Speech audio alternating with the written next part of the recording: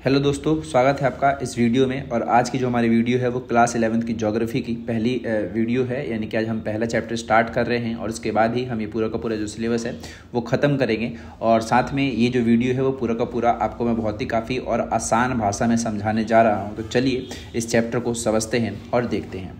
तो पहला टॉपिक है हमारा अर्थ इज़ अवर होम। तो आप सभी को पता है पृथ्वी ही हमारा घर है और जैसा हम अपने घर की देखभाल करते हैं वैसे हम अपनी पृथ्वी की भी देखभाल हमें करनी चाहिए। और अगर आप चारों तरफ देखते हैं तो आपको बहुत सारी चीज़ें दिखाई देंगी, जैसे मिट्टी, पेड़ पौधे, मैदान, पहाड़, नदियाँ, मौसम, धूप, मकान, सड़कें, खेत, स्कूल, हॉस्पिटल्स और ऑफिस। ये बहुत सारी चीज़ें हैं जो हमारी पृथ्वी पर हैं। और अगर आप इन चीज़ों को देखें तो इनको हम दो हिस्सों में बांट सकते हैं। एक तो आपका जो पहला हिस्सा है उसको हम बोलते हैं नेचुरल एलिमेंट, यानी कि ऐसी चीज़ें जो प्रकृति ने बनाई है। और दूसरा आपका है ह्यूमन मेड एलिमेंट, जिसको मानव निर्मित तत्व भी कहा जाता है। यानी कि इतनी सारी चीज़ें हैं, इसमें से कुछ ऐसी हैं जो नेचुरल एलिमेंट हैं और कुछ ऐसी हैं जो ह्यूमन मेड है। जैसे कि मान लीजिए जो मिट्टी है, वो मिट्टी क्या है भाई, आपका नेचुरल एलिमेंट है। लेकिन अगर मैं कहूँ कि ऑफिस क्या है भाई, आपका एक ह्यूमन मेड एलिमेंट है। तो ठीक इसी प्रकार से हम क्या करते हैं, पृथ्वी की जितनी भी चीज़ें हैं उसको दो अलग अलग हिस्सों में बांट देते हैं। ठीक है, तो जो कुदरत ने बनाई यानी कि जो प्रकृति ने बनाई, नदियाँ, पहाड़, मिट्टी, उन्हें हम कहते हैं प्राकृतिक तत्व यानी कि नेचुरल एलिमेंट। और जिनको हमने बनाया यानी कि इंसानों ने बनाया, जैसे घर, सड़क, स्कूल, इन्हें हम कहते हैं ह्यूमन मेड एलिमेंट। ओके, तो इंसान ने क्या किया कि प्रकृति की मदद से ये सब चीज़ें बनी। नॉर्मल सी बात है, जितनी भी हमारे पास चीज़ें आपको देखने को मिल रही हैं उसमें प्रकृति का ही अंश है। तो इसको क्या किया भाई कि इंसान ने अपनी समझ का इस्तेमाल किया और प्रकृति की जो भी चीज़ें थी इनको इस्तेमाल करके ये सब चीज़ें बनाई। तो आपको ये समझ आ गया होगा कि पृथ्वी पर जितनी भी चीज़ें हैं या तो वो कुदरती हैं या तो इंसानों द्वारा बनाई गई है। तो चलिए अब जानते हैं उस महान वैज्ञानिक के बारे में जिसे भूगोल का पिता कहा जाता है। यानी कि हमारा अगला टॉपिक है इरेस्टोथेनिस, द फादर ऑफ ज्योग्राफी। तो जो इरेटोस्थेनिस थे, इरेटोस्थेनिस, हमेशा ध्यान रखें इसका नाम किस तरीके से बोलना है। तो उनको भूगोल का जनक कहा जाता है या फिर फादर ऑफ ज्योग्राफी भी आप कह सकते हैं। वो एक यूनानी वैज्ञानिक थे जो बहुत से विषयों में माहिर थे। यानी कि वो एक मैथमेटिशियन थे, ज्योग्राफर थे, एस्ट्रोनॉमर थे, म्यूजिक थ्योरिस्ट थे और एक कवि भी थे। उन्होंने सबसे पहले ही क्या किया, ज्योग्राफी शब्द का इस्तेमाल किया था। यानी कि जियो मतलब धरती और ग्राफोज एक वर्ड होता है जिसको हम कहते हैं वर्णन करना। यानी कि धरती का वर्णन करना ही क्या है, आपका जियोग्राफी है। उदाहरण के लिए आप समझेंगे कि जैसे हम भारत के अलग अलग हिस्सों की जानकारी लेते हैं वो भूगोल का हिस्सा है। यानी कि अगर भारत की जितनी भी आप हिस्से देखते हैं, अगर आप उनका किसी भी प्रकार की जानकारी लेते हैं कि मौसम कैसा रहता है, बारिश कहाँ होती है, ये सब क्या है भाई कि ये जानकारी है अपनी धरती के बारे में। तो इसी को हम क्या बोलते हैं, इसी को हम भूगोल बोलते हैं। तो अब हमें पता चल गया कि भूगोल शब्द कहाँ से आया और किसने सबसे पहले इसका प्रयोग किया। तो चलो अब हम समझते हैं कि भूगोल क्या है और इसे कैसे परिभाषित किया गया है। तो देखिए, ज्योग्राफी जो शब्द है आपका वो दो शब्दों से मिलकर के बना है, जियो और ग्राफोस, जो कि मैंने थोड़ी देर पहले भी बताया। जियो का मतलब मैंने क्या बताया भाई, पृथ्वी, और ग्राफोस का मतलब बताया मैंने वर्णन करना है। यानी कि जियोग्राफोस यानी कि धरती का वर्णन करना है, कि इस पृथ्वी के बारे में बताना ही क्या कहलाता है भाई, जियोग्राफी कहलाता है।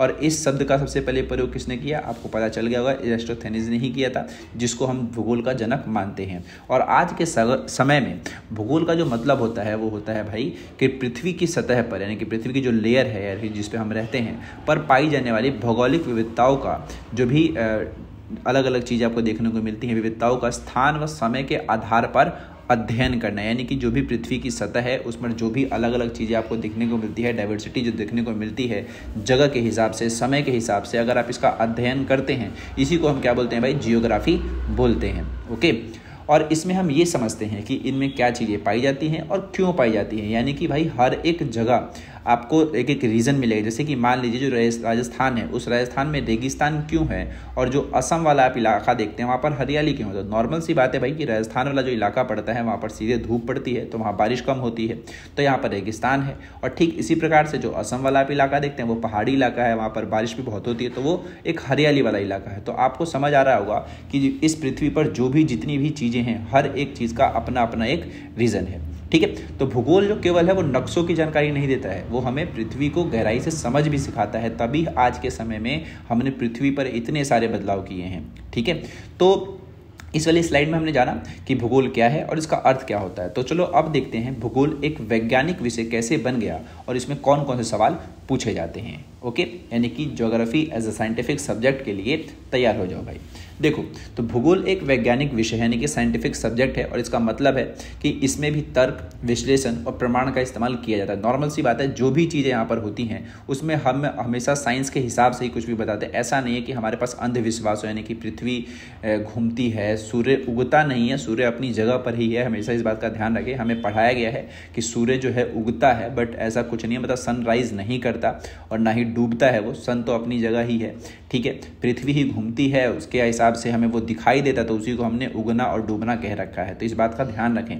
ओके, खैर, तो भूगोल जो है 3 मुख्य सवालों पर काम करता है, यानी कि जो भी ज्योग्राफी है वो 3 चीज़ों पर काम करती है, व्हाट, वेयर एंड व्हाई। अब चलिए इन तीनों को सुनें। व्हाट यानी कि इसमें हम ये पहचानते हैं कि कौन कौन से प्राकृतिक या सांस्कृतिक तत्व धरती पर मौजूद है, यानी कि हम क्या जानते हैं कि किस क्षेत्र में किस तरह की मिट्टी या फसल पाई जाती है, तो ये हो गया हमारा व्हाट। वेयर की बात करें तो ये सवाल बताता है कि चीज़ कोई भी या फिर कोई भी चीज़ धरती पर कहाँ स्थित है। जैसे कि मान लीजिए भारत में आप देखते होंगे कि कोयले की खदानें जो हैं वो कौन कौन से हिस्सों में हैं, जो लोहे की खदानें हैं वो कौन कौन से हिस्सों में हैं, तो इस तरीके से बताता है कि कहाँ कहाँ है। ओके, और बात करते हैं तीसरी की, यानी कि वाई की। इसमें हम कारण खोजते हैं कि हर कोई चीज़, जो भी चीज़ है उस स्थान पर क्यों है, यानी कि पहाड़ों में लोग काम क्या करते हैं और या फिर कम क्यों रहते हैं, सॉरी, और बंगाल में बाढ़ क्यों आती है। तो आपको ये रीज़न समझ आ रहा है कि पहाड़ों में जो लोग हैं उनकी संख्या कम क्यों है, क्योंकि वो एक ऐसा इलाका है जहाँ पर मानव जीवन बहुत ही ज़्यादा दुर्गम है, इसीलिए वहाँ पर कम लोग रहते हैं। और वही अगर मैं बात करूँ बंगाल की,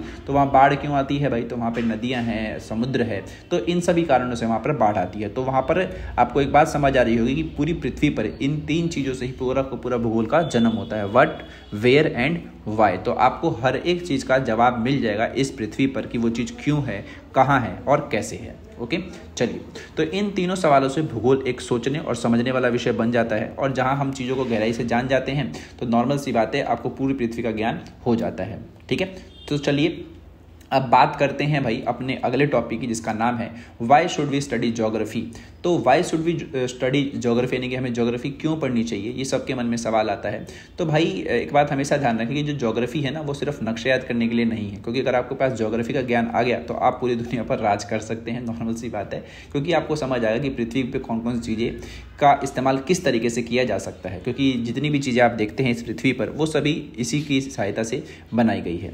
तो भूगोल से हमें दुनिया की विविधता को समझने में मदद मिलती है, और जैसा कि हर समाज अलग क्यों है, हम लोग जो हैं अलग अलग जगहों पर कैसे रहते हैं, ये भी हमें पता चलता है।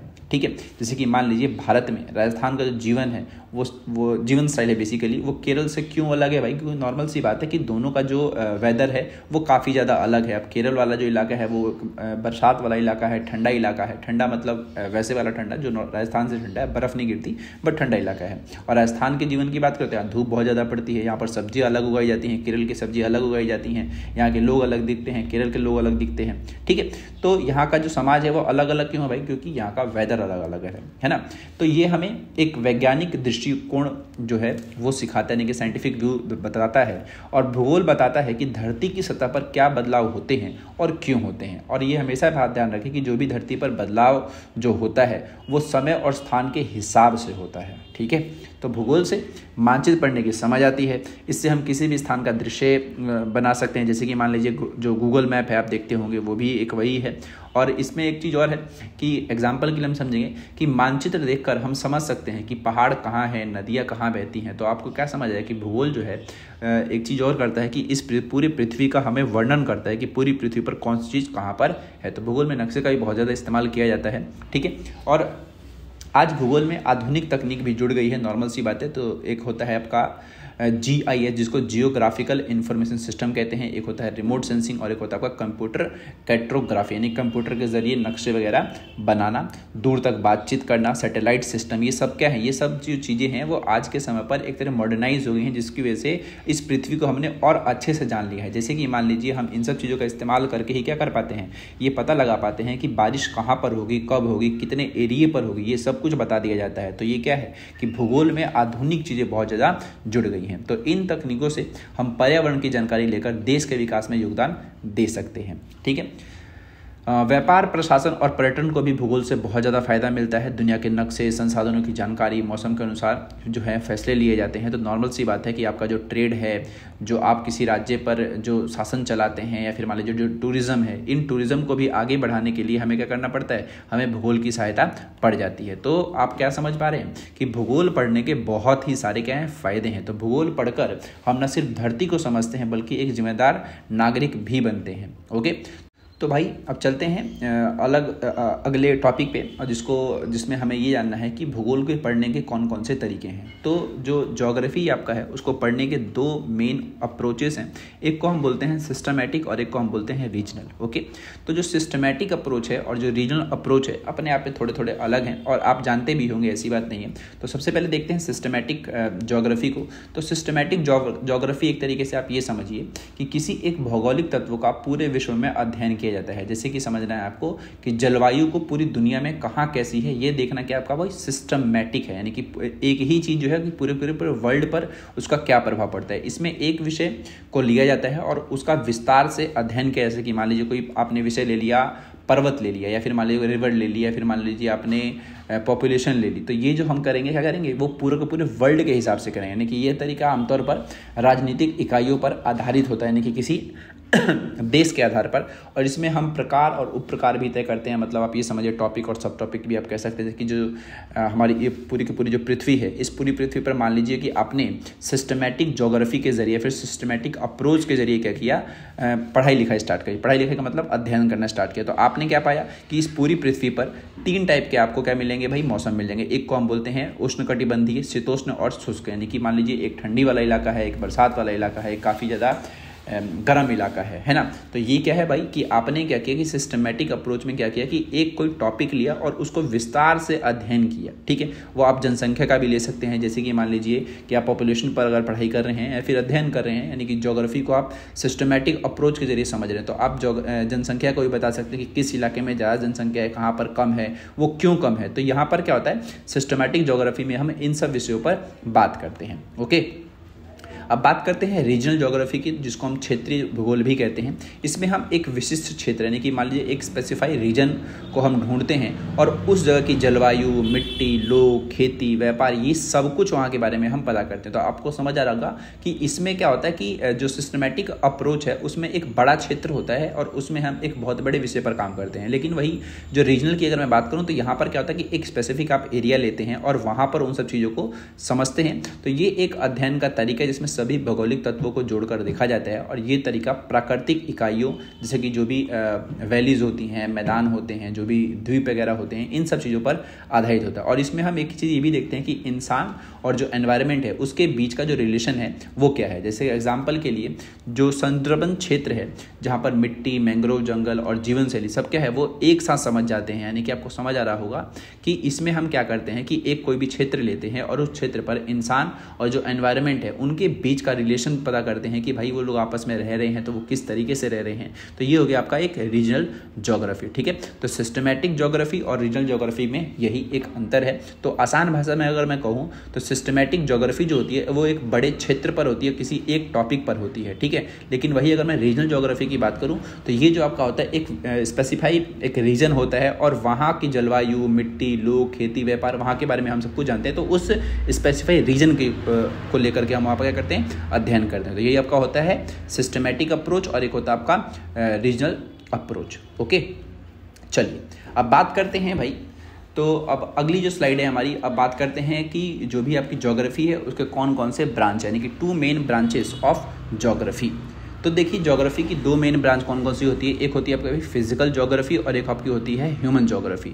ठीक है, तो फिजिकल ज्योग्राफी जो आपकी होती है इसमें हम पृथ्वी के प्राकृतिक जो भी चीज़ें होती हैं उसके बारे में अध्ययन करते हैं, जैसे पहाड़, नदियाँ, जलवायु, मिट्टी और ओशन, फॉरेस्ट, ये सब जो चीज़ें हैं। क्योंकि इसको किसने बनाया, इसको प्रकृति ने बनाया, इसीलिए इसको हम क्या बोलते हैं भाई, फिजिकल ज्योग्राफी बोलते हैं। ठीक है, और जो फिजिकल ज्योग्राफी है वो हमें जो भी डिजास्टर वगैरह आते हैं, जैसे कि मान लीजिए अर्थक्वेक आ गया, बाढ़ आ गई, संसाधनों को समझने में जो भी चीज़ें हैं वो इसमें हमें मदद करता है। किसमें, फिजिकल ज्योग्राफी में। यानी कि मान लीजिए जो हिमालय पर्वत हो गया, गंगा नदी होगी, मरुस्थल हो गया, मानसून हो गया, ये सब क्या है, फिजिकल ज्योग्राफी के एक क्या है, टॉपिक्स हैं। ओके, अब बात करूँ मैं ह्यूमन ज्योग्राफी की, तो ह्यूमन ज्योग्राफी में क्या होता है कि जो भी इंसानों ने चीज़ें बनाई हैं उसी का अध्ययन होता है और उसी को हम बोलते हैं ह्यूमन ज्योग्राफी, क्योंकि ये सब चीज़ें इंसान ने क्या किया भाई, प्राकृतिक संसाधनों का उपयोग करके बनाया है। और मानव भूगोल एक बहुत ही बड़ा विषय है, आप ये समझिए, क्योंकि इसके अंदर बहुत सारी शाखाएं हैं। जैसे कि मान लीजिए उदाहरण के लिए हम समझेंगे, दिल्ली जो है वो आपका एक शहर है, किसान गांव में खेती करता है, रेल लाइन कैसे जुड़ी है, ये सब मानव भूगोल से जुड़ा हुआ है, क्योंकि ये सब किसने बनाया है, ये सब बनाया भाई मानव ने। ठीक है, तो यही मेन डिफरेंस है किसके बीच में भाई, ह्यूमन ज्योग्राफी और फिजिकल ज्योग्राफी के बीच में। ओके, तो इसका कंक्लूजन आपको समझ आएगा कि जो भौतिक भूगोल है यानी कि फिजिकल ज्योग्राफी है वो किससे जुड़ा हुआ है भाई, प्रकृति से। और अगर मैं बात करूं ह्यूमन ज्योग्राफी, तो ये किससे जुड़ा हुआ भाई, इंसान से, यानी कि एक व्यक्ति से, और उसकी जो भी एक्टिविटीज़ हैं प्रकृति के साथ उससे जुड़ा हुआ है। ठीक है, चलिए अब बात करते हैं अपने अगले टॉपिक की, जिसका नाम है इम्पॉर्टेंस ऑफ फिजिकल ज्योग्राफी। यानी कि जो फिजिकल ज्योग्राफी है उसका महत्व क्या है, महत्व क्यों मतलब ज़रूरी है, फिर क्या है, ये हम जानते हैं। तो जो फिजिकल ज्योग्राफी होती है वो भूगोल की सबसे बुनियादी और महत्वपूर्ण शाखा है, और ये हमें धरती के प्राकृतिक तत्वों को गहराई से समझ देता है एक तरीके से। यानी कि भूगोल, जो भौतिक भूगोल है यानी कि फिजिकल जो ज्योग्राफी है, इसमें हम बहुत सारी चीज़ें पढ़ते हैं, जैसे कि land, atmosphere, hydrosphere, biosphere, food chain, soil, इन सब चीज़ों के बारे में हम पढ़ते हैं। ठीक है, तो इन सब चीज़ों से पढ़ने से क्या फ़ायदा होता है कि हमें ये समझ आता है कि भाई मानसून कब आएगा, बाढ़ क्यों आती है, या फिर मान लीजिए कौन सी जो मिट्टी है वो किस खेती के लिए, फिर कौन सी फसल के लिए बेहतर है। ये एक हमें फ़ायदा होता है क्या पढ़ने से भाई, फिजिकल ज्योग्राफी की समझ से। ठीक है, अब बात करते हैं दूसरी चीज़ की।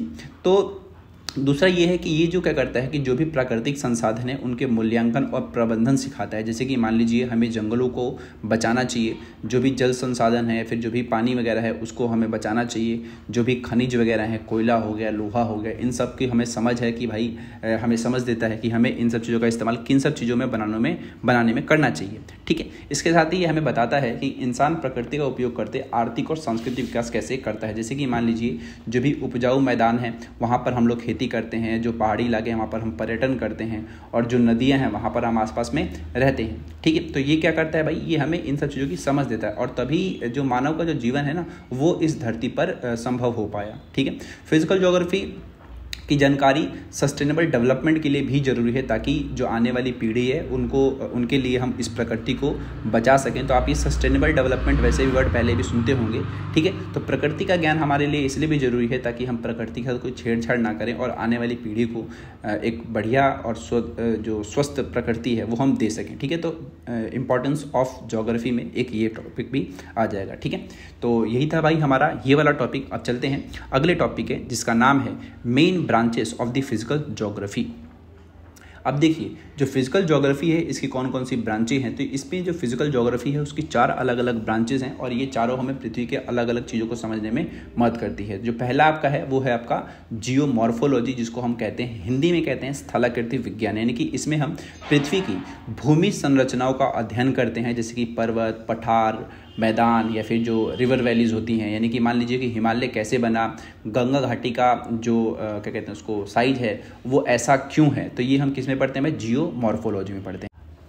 अगला है आपका क्लाइमेटोलॉजी यानी कि जलवायु विज्ञान। इसमें क्या है कि इसमें हम जो भी आपका क्लाइमेट है या फिर उसके जो तत्व हैं उसका हम अध्ययन करते हैं। जैसे कि मान लीजिए क्या कहते हैं उसको, रेन हो गई, टेम्परेचर हो गया, जो क्या कहते हैं उसको वायु दाब हो गया, वायु दाब को हम बोलते हैं क्या बोलते हैं, एयर प्रेशर बोलते हैं। तो और कोई हवा वगैरह होगी किस टाइप की है एक तरीके से। यानी कि इसमें आप ये समझिए कि ये एक ऐसा विषय है क्लाइमेटोलॉजी जिसके ज़रिए हम ये पता कर पाते हैं कि भारत में मानसून कब आएगा, राजस्थान में गर्मी जो है वो ज़्यादा क्यों पड़ती है, कोई इलाका इतना ठंडा क्यों रहता है, तो वो पढ़ते हैं भाई क्लाइमेटोलॉजी में। ओके, अगला आपका है हाइड्रोलॉजी यानी कि जल विज्ञान। इसमें हम पानी के सोर्स जो भी हैं उसका हम क्या करते हैं, उसका बारीकी से अध्ययन करते हैं। जो भी पानी के सोर्स हैं वो कौन कौन से भाई, ओशन है, रिवर है, झीलें हैं, ग्लेशियर्स हैं, तो इन सब के ज़रिए हम क्या करते हैं, हाइड्रोलॉजी के ज़रिए हम जो भी पानी से जुड़ी हुई चीज़ें हैं उसका अध्ययन करते हैं। यानी कि गंगा नदी का जो सोर्स है वो कहाँ पे है, यानी कि गंगा नदी बनती कहाँ पे है बेसिकली, और ऐसी मान लीजिए जो बर्फ़ है, बर्फ़ कैसे ग्लेशियर बनाता है एक तरीके से, तो ये सब चीज़ें हम जानते हैं हाइड्रोलॉजी में। सॉइल ज्योग्राफी के बारे में आप देखें तो इसमें हम मिट्टी के बनने, उसके प्रकार और जो भी उसका एक तरीके से क्या कहते हैं उसको फर्टिलिटी जो होती है उसके बारे में हम अध्ययन करते हैं, तभी हम एक बढ़िया फसल उस पर उगा पाते हैं। यानी कि मान लीजिए जो काली मिट्टी होती है, काली मिट्टी के बारे में हमने जाना और काली मिट्टी से हमें क्या समझ आया कि भाई वहाँ पर कपास की खेती जो है वो सबसे बढ़िया करी जा सकती है। तो ये हमने किस में पढ़ा भाई, ये हमने पढ़ा सॉइल ज्योग्राफी में। ओके, चलिए, तो यही था भाई हमारा, यानी कि ये 4 शाखाएं मिलकर क्या करती हैं भाई, प्राकृतिक दुनिया को की पूरी तस्वीर हमें दिखाती हैं बेसिकली, और जिससे हमारा जो जीवन है और जो पर्यावरण है इसको लेकर के हमारी जो समझ है वो और बेहतर हो गई है। ठीक है, तो ये 4 इसके सब्जेक्ट्स थे। ओके, चलिए अब बढ़ते हैं भाई, importance of physical geography for human life, यानी कि भाई फिजिकल ज्योग्राफी की जो इंपॉर्टेंस है, जो उसका महत्व है ह्यूमन लाइफ के लिए, वो क्यों जरूरी है, हमें ये देखना है। तो देखिए, जो फिजिकल ज्योग्राफी है वो इंसान के जीवन के लिए बहुत ही ज़्यादा महत्वपूर्ण है, क्योंकि ये हम जो भी काम करते हैं, खेती, रहन सहन, उद्योग जो भी है, ये सब किस पर निर्भर है, सब भाई प्रकृति पर ही निर्भर है ना। और ये हमें धरती के 4 जो भी अलग अलग मंडल्स हैं उसके बारे में, हमें जो भी स्फेयर्स हैं उसको समझाता है। जैसे कि एक होता है आपका लिथोस्फेयर, एक होता है आपका हाइड्रोस्फेयर, एक होता है आपका एटमॉस्फेयर, एक होता है आपका बायोस्फेयर। लिथोस्फेयर जिस पे हम रहते हैं, जिसको हम स्थल कहते हैं। हाइड्रोस्फेयर एक ऐसा इलाका जहाँ पर जलमंडल कहते हैं। एटमॉस्फेयर जो वायुमंडल है, और जो बायोस्फेयर जो कि आपका जीवमंडल है। तो इस बायोमंडल, स्थल मंडल के भीतर ही हम रहते हैं, हालांकि हम इन चारों से ही घिरे हुए हैं।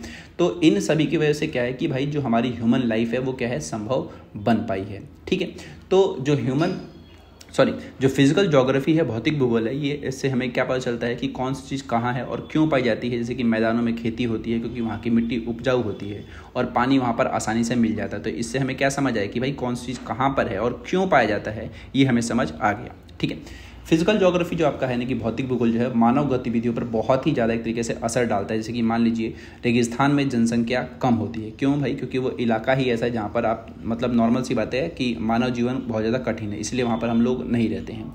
जो नदियों के किनारे हैं वहाँ पर शहर बसते हैं, क्यों, क्योंकि वहाँ पर सब कुछ आपको आसानी से मिल जाता है, पानी मिल गया, नॉर्मल सी बात है कि आपको वहाँ पर जीवन मिल गया। पहाड़ों में जीवन कठिन क्यों है भाई, क्योंकि वहाँ पर सांस लेने में दिक्कत है और जो भी जीवन भर की गतिविधियाँ हैं वो होने में भी काफ़ी ज़्यादा समय लगता है। तो इस हिसाब से अगर हम देखें तो पहाड़ों पर जो जीवन है वो काफ़ी ज़्यादा कठिन होता है। तो इससे हमें क्या समझ आया कि जो फिजिकल ज्योग्राफी है उसका जो भी ह्यूमन एक्टिविटीज़ है उस पर क्या क्या प्रभाव पड़ता है। ठीक है, तो मानव जीवन का हर हिस्सा, रहना, खाना, कमाना, चलना, सब क्या है भाई, फिजिकल ज्योग्राफी से जुड़ा हुआ है।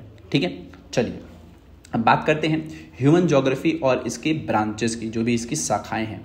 तो जो ह्यूमन ज्योग्राफी यानी कि मानव भूगोल है, इसका मतलब होता है कि धरती की सतह पर इंसानों द्वारा बनाई गई चीज़ों का अध्ययन करना। यानी कि मान लीजिए जो भी धरती है उसकी सतह पर जो भी चीज़ें किसने बनाई है भाई, इंसानों द्वारा जो बनाई गई है, इन सब चीज़ों का अध्ययन करना ही क्या है भाई, आपका ह्यूमन ज्योग्राफी है। और इसकी हमें शाखाएँ भी जाननी है। जैसे कि हालांकि एग्जाम्पल के लिए देखें, मकान हो गया, गाँव हो गया, शहर हो गए, सड़कें हो गए, पुल, रेलवे, एग्रीकल्चर, जो भी इंडस्ट्री, ये सब क्या है भाई, मानव भूगोल के उदाहरण है, क्योंकि ये सब चीज़ें किसने बनाई है, मानव ने ही बनाई है। ठीक है, मानव भूगोल की अगर बात करूं तो इसमें अलग अलग शाखाएं हैं। जैसे कि मान लीजिए पहला आपका है कल्चरल ज्योग्राफी यानी कि सांस्कृतिक भूगोल। इसमें हम इंसानों के जीवन शैली, रीति रिवाज और परंपराओं का अध्ययन करते हैं। जैसे कि मान लो भारत में जो पूजा पद्धति है उसको हर क्षेत्र के हिसाब से अलग अलग होती है। ठीक है, सोशल ज्योग्राफी का मतलब होता है सामाजिक भूगोल, यानी कि समाज की जो बनावट है, जाति, धर्म और भाषा जैसी चीज़ों का अध्ययन होता है। जो पॉपुलेशन ज्योग्राफी है, इसमें क्या होता है कि जनसंख्या का वितरण, उसका जो डेंसिटी है, जो उसका बढ़ने की जो दर है, इन सब चीज़ों का अध्ययन करना क्या कहलाता है भाई, पॉपुलेशन ज्योग्राफी कहलाता है। जैसे कि उदाहरण के लिए इसमें है उत्तर भारत में जनसंख्या घनत्व बहुत ज़्यादा है, क्यों, क्योंकि यहाँ का जो एनवायरनमेंट है वो रहने के लिए काफ़ी ज़्यादा बेहतर है। ठीक है, अर्बन ज्योग्राफी का मतलब होता है शहरी भूगोल, जिसमें शहरों का विकास, संरचना, जीवन शैली इत्यादि के बारे में पता चलता है। रूरल ज्योग्राफी जो आपकी होती है उसका मतलब होता है गांव का जीवन, कृषि पर निर्भरता, मूलभूत सुविधाएं। तो इन सब चीज़ों के बारे में हम पढ़ते हैं किसमें भाई, रूरल ज्योग्राफी में। ओके, अगला है छठा इकोनॉमिक ज्योग्राफी, जिसको हम बोलते हैं आर्थिक भूगोल, यानी कि संसाधनों का उपयोग, व्यापार, आर्थिक गतिविधियों, इन सब चीज़ों का अध्ययन करता है कौन भाई, इकोनॉमिक ज्योग्राफी। सातवां आपका है एग्रीकल्चर ज्योग्राफी, यानी कि वह कहाँ कौन सी फसल उगानी है, खेती के कौन कौन से तरीके हैं, ये सब चीज़ें हमें किसमें पता चलती है भाई, एग्रीकल्चर ज्योग्राफी। इंडस्ट्रियल ज्योग्राफी की बात करूँ तो कौन से उद्योग कहाँ लगाने हैं और क्यों लगाने हैं, ये सब समझाता है कौन भाई, इंडस्ट्रियल ज्योग्राफी। पॉलिटिकल ज्योग्राफी की बात करूं तो जो भी राज्य हैं उनकी जो सीमाएं हैं, या फिर मान लीजिए जो इलेक्शन वाला एरिया है, किस व्यक्ति का कहाँ पर वोट डालने जाना है, तो ये सब अगर जो भी चीज़ें हम पढ़ते हैं वो किस में पढ़ते हैं भाई, पॉलिटिकल ज्योग्राफी में पढ़ते हैं। अगला आपका है ट्रेड एंड ट्रांसपोर्ट ज्योग्राफी।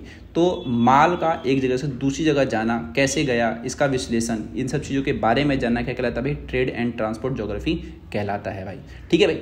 तो जो मानव भूगोल है यानी कि ह्यूमन ज्योग्राफी जो है वो हमें सिखाता है कि इंसान ने प्रकृति का उपयोग कैसे किया और कैसे कैसे धरती को अपने अनुसार बदला। तो ये जितनी भी ज्योग्राफी थी वो इन्हीं सभी क्षेत्रों को लेकर के थी। ठीक है, तो चलिए अब चलते हैं भाई अपने अगले टॉपिक पे, और जिसमें हमें जानना है कि भूगोल में कौन कौन से अध्ययन पद्धति को अपनाया जाता है। तो हालांकि दो पद्धति है, एक को हम बोलते हैं इंडक्टिव और एक को हम बोलते हैं डिडक्टिव मेथड इन ज्योग्राफी।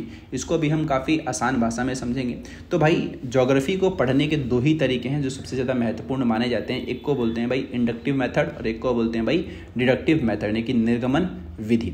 जो इंडक्टिव मेथड यानी कि जिसको हम बोलते हैं आगमन विधि, इसमें क्या होता है कि जो भी ज्योग्राफर होते हैं वो पहले जानकारी इकट्ठा करता है, फिर उसमें ये नियम निकालता है। जैसे कि मान लीजिए विशेष से सामान्य की ओर बढ़ना, यानी कि मान लीजिए यहाँ पर एग्जाम्पल के लिए कि अगर कई क्षेत्रों में कम बारिश से फसलें खराब हुई हैं तो हमें ये नियम बता सकते हैं कि कम वर्षा से कृषि पर प्रभाव पड़ता है। नॉर्मल सी बात है ये। इसमें क्या समझ आया कि भाई बारिश कम हुई जिसकी वजह से फसलें खराब हुई, तो इसकी वजह से हमें क्या समझ आया कि नॉर्मल सी बात है कि बारिश कम हुई तो भाई जो फसलों को पानी जितना चाहिए था उतना वो नहीं मिला। तो नॉर्मल सी बात है वहाँ पर क्या होगा भाई, जो खेती है वो खेती जो है वो सही से नहीं हो पाएगी और फसल हमारी खराब हो जाएगी। तो ये तो हो गया आपका भाई इंडक्टिव मेथड।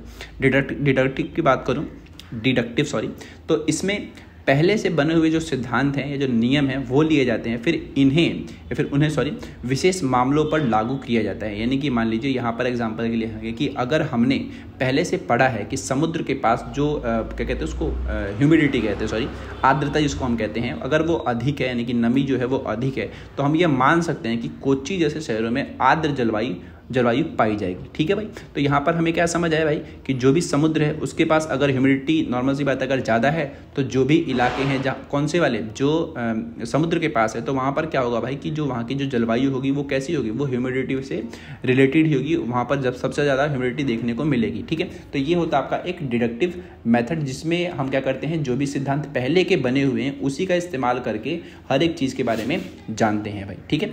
तो इंडक्टिव का मतलब आपको समझ आ गया कि इसमें पहले डेटा होता है और उसके बाद नियम बनाए जाते हैं, और डिडक्टिव का मतलब होता है कि इसमें पहले जो नियम है उसी के हिसाब से आगे काम किया जाता है, फिर उसके बारे में बताया जाता है। जो दोनों विधियां जो हैं वो भूगोल को समझने में काफ़ी ज़्यादा मदद करती हैं। ठीक है भाई। तो ये हमने समझ लिया। अब चलो जानते हैं कि जो ज्योग्राफी है और जो हिस्ट्री है इसके बीच का क्या संबंध है, यानी कि भूगोल जो इतिहास को है वो कैसे प्रभावित करता है। तो geography's role in historical event, अब हमारा ये टॉपिक है।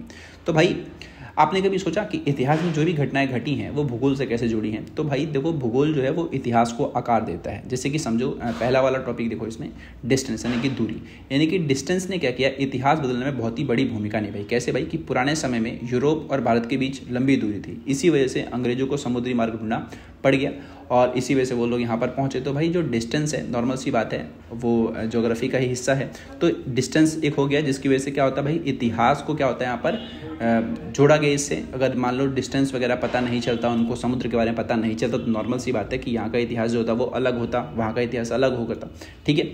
इसके साथ में दूसरा है भाई टेरिटोरियल एक्सपेंशन, यानी कि देश जब अपने क्षेत्र बढ़ाते हैं तो उन्हें युद्ध में फ़ायदा होता है। ठीक है। यानी कि रूस का जो क्षेत्र है वो बहुत बड़ा है, इसलिए उसे युद्ध में पीछे हटने और दुश्मन को थकाने का फ़ायदा मिलता है। नॉर्मल सी बात है वो अभी कर भी रहा है, जैसे कि रशिया और यूक्रेन का वॉर हो रहा है तो उसमें भी वो बना हुआ तो उसको उतना घाटा नहीं हो रहा है, जबकि यूक्रेन को बहुत घाटा हो रहा है। बात करें वास्ट सी यानी कि जो विशाल समुद्र हैं, समुद्र ने कई देशों को सुरक्षा दी है और नए अवसर भी दिए हैं। तो आपको समझ आ रहा होगा कि जो ज्योग्राफी है वो कैसे एक तरीके से किसी देश को बचा भी रही है। तो नॉर्मल सी बात है किसी देश का इतिहास बचाने में भी ज्योग्राफी बहुत ज़्यादा सहायता करती है। यानी कि ब्रिटेन जो है वो चारों तरफ से समुद्र से घिरा हुआ है और इसी वजह से उस पर आक्रमण करना बहुत ही ज़्यादा मुश्किल था। तो आपको क्या समझ आया कि ज्योग्राफी यानी कि जो पृथ्वी है बेसिकली उसकी वजह से क्या है कि भाई एक जगह का जो इतिहास है वो बना हुआ है और उसमें ख़राब करने कोई क्या कहते हैं उसको, लोगों में कोई समझ नहीं है। नॉर्मल सी बात है, उस पर हमला करना काफ़ी ज़्यादा मुश्किल है। ठीक है। तो भाई आपको क्या समझ आया कि जो भूगोल है वो सिर्फ नक्शा नहीं है बल्कि इतिहास को समझने की एक चाबी है।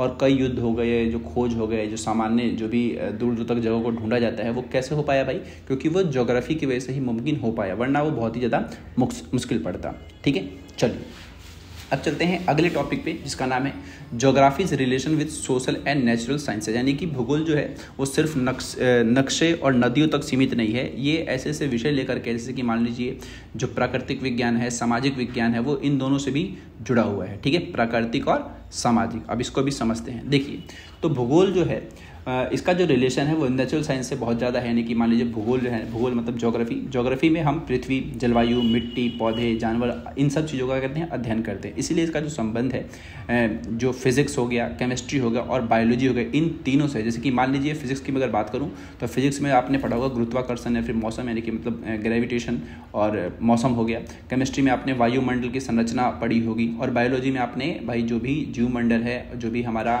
पारितंत्र है, जिसको हम क्या कहते हैं, इकोसिस्टम कहते हैं। तो ये क्या है भाई, साइंस से जुड़ गया हमारा। यानी कि जो ज्योग्राफी है उसका, ज्योग्राफी का जो रिलेशन है वो किससे है, नेचुरल साइंस से भी है। तो जो भी साइंस के जो स्टूडेंट हैं वो भी ज्योग्राफी ही पढ़ते हैं। तो ज्योग्राफी आपका एक समझेंगे ना, तो ये एक साइंस का एक इक्विवेलेंट सब्जेक्ट है। यानी कि आपको लग रहा है कि ज्योग्राफी जो है वो आर्ट्स का सब्जेक्ट है, बट इन रियलिटी अगर आप देखेंगे तो ये बहुत ही ज़्यादा डीपली साइंस है, क्योंकि इसमें आप क्या पढ़ रहे हैं, पृथ्वी के बारे में पढ़ रहे हैं। ठीक है, चलिए दूसरा है कि जो इसका जो संबंध है वो सोशल साइंस से भी है। यानी कि जो ज्योग्राफी है वो में हम ये भी पढ़ते हैं कि इंसान कैसे रहता है, कहाँ काम करता है, समाज कैसे बनाता है। तो इसका जो संबंध है वो इतिहास से भी है। समय व स्थान के आधार पर घटनाओं का विश्लेषण करना और इतिहास से, तो इस हिसाब से। और पॉलिटिकल साइंस की बात करूं तो भाई जो भी सीमा है, जो राज्य हैं, इलेक्शन है, उसका भी इससे जुड़ा हो गया। इकोनॉमिक से बात करूं तो भाई जो ट्रेड वगैरह होता है, जो भी हमारे रिसोर्सेज का उपयोग हमें कैसे करना है, तो इसका अगर संबंध है तो नॉर्मल सी बात है इकोनॉमिक से भी हो जाएगा।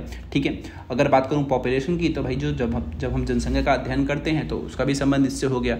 तो आपको क्या समझ आ रहा है कि भाई जो ज्योग्राफी है ना, इसका जो संबंध है वो हर एक विषय से है। हिस्ट्री हो, साइंस हो, फिजिक्स हो, केमिस्ट्री हो, बायोलॉजी हो, इकोनॉमिक्स हो, तो हर एक चीज़ से क्या करता है भाई, भूगोल का बहुत ही ज़्यादा जुड़ाव देखा जाता है। ठीक है भाई, तो भूगोल ऐसा विषय है जो दूसरे विषयों से ज्ञान लेता है और उसे अपने तरीके से इस्तेमाल कर, जैसे कि शरीर में कोशिकाएं जो है चीज़ों को अंदर बाहर आने देती हैं, भूगोल भी वैसा ही करता है। ठीक है भाई, तो भूगोल क्या है भाई, एक पुल की तरह है जो प्राकृतिक और सामाजिक विषयों को आपस में जोड़ता है। इसीलिए इसे पढ़ना और भी बहुत ही ज़्यादा आपको रोचक भी बना रहा हुआ, क्योंकि आपका ये पहला चैप्टर है और अगर आप यहाँ तक आ गए हैं तो बहुत अच्छी बात है। चलिए अब अगली स्लाइड पे चलते हैं, जिसका जो अगला स्लाइड है इसमें हमें पढ़ना है कि जो भूगोल का जो संबंध है वो दूसरे सामाजिक विज्ञानों से विशेष रूप से कैसे होता है। यानी कि geographies relation with other social science. ठीक है भाई, चलो। तो भाई जो ज्योग्राफी है इसकी सबसे खास बात क्या है कि इसकी सबसे खास बात ये है कि वो दूसरे सामाजिक विषयों के साथ बहुत ही ज़्यादा गहराई से जुड़ा हुआ है। अब एक करके समझते हैं कैसे। जैसे कि मान लो इतिहास है, अभी मैंने तो थोड़ी देर पहले ही बताया। तो अगर बात करूँ हिस्ट्री और भूगोल से, तो जो हिस्ट्री है वो टाइम को समझाता है और जो भूगोल है वो क्या करता है भाई, यानी कि जो ज्योग्राफी वो क्या करता है भाई, हमें वो जगह के बारे में समझाता है। यानी कि दोनों मिलकर बताते हैं कि घटनाएं कब और कहाँ घटी, क्योंकि नॉर्मल सी बात है, कब घटी तो वो हिस्ट्री हो गया, कहाँ घटी तो क्या हो गया भाई आपका, वो ज्योग्राफी हो गया। तो उदाहरण समझ आ गया कि जैसे कि मान लो एग्जाम्पल में कि जो भारत के जो स्वतंत्रता जो मिली थी वो कौन से आंदोलन कहाँ कहाँ हुए। ठीक है, ये हमें कौन बताता है, ये हमें भूगोल बताता है। तो इसी के अंदर आपको क्या समझ आएगा कि भाई हिस्ट्री भी आ गई और आपका ज्योग्राफी भी आ गई। तो भाई जो पॉलिटिकल साइंस है और जो भूगोल है इसका भी आपस में रिलेशन दिखाया जाए, क्योंकि जो पॉलिटिकल साइंस है उसमें हम किसी राज्य के बारे में पढ़ते हैं, उसकी बाउंड्रीज़ के बारे में पढ़ते हैं, वहाँ की हम पावर के बारे में बात करते हैं। ठीक है, लेकिन अगर मैं बात करूँ पॉलिटिकल साइंस फिर पॉलिटिकल ज्योग्राफी की, तो पॉलिटिकल ज्योग्राफी में क्या होता है कि इसमें हमें बताता है कि भाई कोई भी जो सीमा है, सीमा का मतलब आप ये समझिए कि जो बाउंड्री तय करी जाती है किसी भी इलेक्शन एरिया की या फिर किसी स्टेट की, तो ये नॉर्मल सी बात है, जो पॉलिटिकल साइंस है वो ज्योग्राफी से जुड़ गया, क्योंकि इसमें क्या सब चीज़ आ गई, इसमें ज़मीन वगैरह आ गई है ना, क्योंकि इसमें हम क्या करें, बाउंड्री वगैरह तय करें। और नॉर्मल सी बात है, जब आप बाउंड्री तय कर रहे हैं तो वो ज्योग्राफी से जुड़ जाएगा। तो इस तरीके से पॉलिटिकल साइंस और भूगोल का मेल हुआ। ठीक है, अब बात करूं मैं इकोनॉमिक्स की और ज्योग्राफी की, तो भाई हमें इकोनॉमिक्स बताता है कि पैसे और संसाधनों के बारे में हमें बताता है, नॉर्मल सी बात है। लेकिन इकोनॉमिक्स ज्योग्राफी की बात करूं तो हमें ये क्या बताता है कि भाई कौन से रिसोर्सेज कहाँ पर हैं और कैसे उपयोग किया जा सकता है, और इसी की सहायता से क्या बनते हैं, पैसे बनते हैं। तो नॉर्मल सी बात है, आपको एक बात और समझ आ गई कि इकोनॉमिक्स और जो ज्योग्राफी है वो भी आपस में मेल खाते हैं। अब बात करूँ मैं डेमोग्राफी की और पॉपुलेशन ज्योग्राफी की, तो भाई जनसंख्या कहाँ पर अधिक है और वहाँ पर वो क्यों बढ़ रही है, या फिर मान लीजिए किसी भी जगह पर जनसंख्या क्यों घट रही है, ये सब क्या है, वो सब इसी में आता है। किसमें भाई, डेमोग्राफी में। तो डेमोग्राफी भी और जो आपका पॉपुलेशन ज्योग्राफी है वो भी क्या है, आपस में मेल खाता है।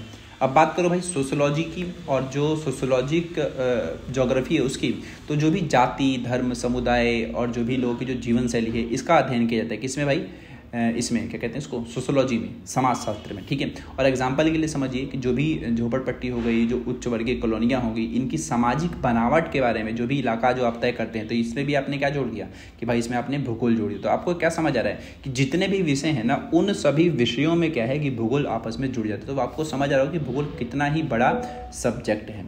ओके, अब बात करो मैं एंथ्रोपोलॉजी की, यानी कि मानव शास्त्र की। तो मानव शास्त्र से भी जो आपका भूगोल है वो काफ़ी ज़्यादा जुड़ा हुआ है। जैसे कि मान लीजिए जो आदिवासी जीवन है, खान पान है, रीति रिवाज है, इनका जो अध्ययन किया जाता है वो किस में आता है भाई, एंथ्रोपोलॉजी में आता है। और एग्जाम्पल के लिए जो आप अंडमान वाला इलाका देखते हैं, तो अंडमान के जो आदिवासी हैं और उनकी जो जीवन शैली है, तो आपको इसमें क्या समझ आ रहा है कि उनकी जीवन शैली है, फिर उनका रहन सहन का जो तरीका है, इसमें भी आपने क्या जोड़ दिया भाई कि मानव शास्त्र के साथ आपने भूगोल को यहाँ पर जोड़ दिया। ठीक है भाई, तो इस तरीके से जो क्या कहते हैं आपका भूगोल है वो बाकी जो सोशल साइंस के जो सब्जेक्ट्स हैं उनके साथ इसका जोड़ देखा जाता है। ठीक है, चलिए अब चलते हैं अगले टॉपिक पे, जिसका नाम है relationship with geography with other subject. यानी कि अब हमें देखना है भाई कि जो ज्योग्राफी है उसका अलग अलग सब्जेक्ट के साथ क्या रिलेशन है। तो इकोनॉमिक्स को हम बोलते हैं इकोनॉमिक ज्योग्राफी, जिसमें हमें पता चलता है संसाधन, व्यापार, कृषि, उद्योग, जो भी स्थिति है, इन सब चीज़ों का जो वर्णन है वो क्या कहलाता है भाई, इकोनॉमिक ज्योग्राफी कहलाता है। ठीक है, हिस्ट्री है तो हिस्ट्री का अलग क्या कहलाएगा भाई, हिस्टोरिकल ज्योग्राफी, जिसमें हमें पता चलता है जो भी प्राचीन सभ्यताएं थी वहाँ पर युद्ध कब हुए, कैसे हुए, कहाँ हुए, तो ये सब हमें कौन बताएगा भाई, हिस्टोरिकल ज्योग्राफी।